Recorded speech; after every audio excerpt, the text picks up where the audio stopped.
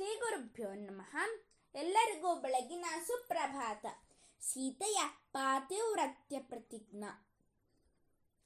ಯಥಾ ಮಾಂ ಶುದ್ಧ ಚಾರಿತ್ರಾಂ ದುಷ್ಟಾಂ ಜಾನಾತಿ ರಾಘವಃ ತಥಾ ಲೋಕಸ್ಯ ಸಾಕ್ಷಿ ಮಾಂ ಸರ್ವಥಃ ಪಾತುಂ ಪಾವಕಃ. ಕರ್ಮಣ ಮನಸಾ ವಾಚಾ ಯಥಾ ನಾತಿಚರಾಮ್ಯಹಂ ರಾಘವಂ ಸರ್ವಧರ್ಮಜ್ಞಂ ತಥಾ ಮಾಂ ಪಾತು ಪಾವಕಃ. ಅಗ್ನಿಕುಂಡದಲ್ಲಿ ಬೀಳುವಾಗ ಸೀತೆಯು ಅಗ್ನಿಗೆ ಹೇಳಿದ ಮಾತುಗಳು.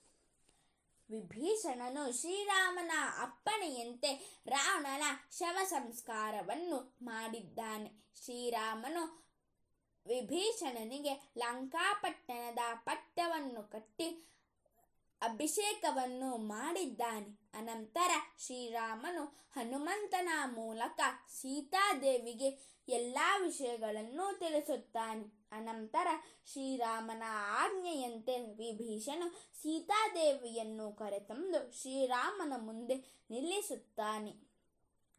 ಸೀತೆಯು ತನ್ನ ಪ್ರಿಯತಮನಾದ ಶ್ರೀರಾಮನ ಮುಖವನ್ನು ಸಂತೋಷದಿಂದ ನೋಡುತ್ತಾಳೆ. ಆದರೆ ಶ್ರೀರಾಮನು ಸೀತೆಯನ್ನು ಕಂಡು ಅಷ್ಟೇನು ಆನಂದದಿಂದ ಮಾತನಾಡಿಸಲಿಲ್ಲ. ಸೀತೆಯ ಚಾರಿತ್ರ್ಯದ ಬಗ್ಗೆ ಶ್ರೀರಾಮನಿಗೆ ಸಂದೇಹವು ಉಂಟಾಗಿದ್ದರಿಂದ ಶ್ರೀರಾಮನು ಸೀತೆಗೆ ಹೀಗೆ ಹೇಳುತ್ತಾನೆ. ನನಗೆ ನಿನ್ನ ಚಾರಿತ್ರ್ಯದ ಬಗ್ಗೆ ಸಂಶಯವು ಉಂಟಾಗಿದೆ. ಆದ್ದರಿಂದ ನಾನು ನಿನ್ನನ್ನು ಸ್ವೀಕರಿಸಲಾರೆ. ನೀನು ಎಲ್ಲಿಗೆ ಬೇಕಾದರೂ ಹೋಗಬಹುದು. ಶ್ರೀರಾಮನು ಹೀಗೆ ಹೇಳಬಹುದೆಂದು ಸೀತೆಯು ಕನಸಿನಲ್ಲಿಯೂ ನಿರೀಕ್ಷಿಸಿರಲಿಲ್ಲ. ಆದರೆ ಶ್ರೀರಾಮನ ಈ ಕಹಿಯಾದ ಮಾತುಗಳಿಂದ ಅತ್ಯಂತ ದುಃಖಿತಳಾದ ಸೀತೆಯು ಯಜ್ಞಕುಂಡದಲ್ಲಿ ತನ್ನನ್ನು ಸಮರ್ಪಿಸಿಬಿಡುತ್ತಾಳೆ. ಆ ಸಮಯದಲ್ಲಿ ಸೀತಾದೇವಿಯು ಈ ಮೇಲಿನ ಮಾತುಗಳನ್ನು ಹೇಳುತ್ತಾಳೆ.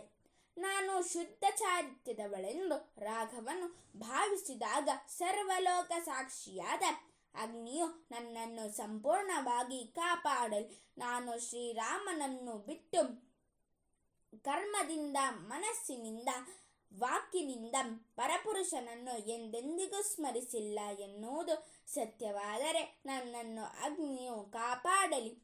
ಸತ್ಯವಂತರಾಗಿ, ಪತಿವ್ರತೆಯರಾಗಿ, ಧರ್ಮನಿಷ್ಠರಾಗಿ ಬಾಳುವವರಿಗೆ ಬೆಂಕಿಯಿಂದಲೂ ಭಯವೆಂಬುದು ಇಲ್ಲ. ಇದಲ್ಲವೇ ಭಾರತೀಯ ಸಂಸ್ಕೃತಿಯಲ್ಲಿ ಪಾತಿವ್ರತ್ಯ ಎಂದರೆ.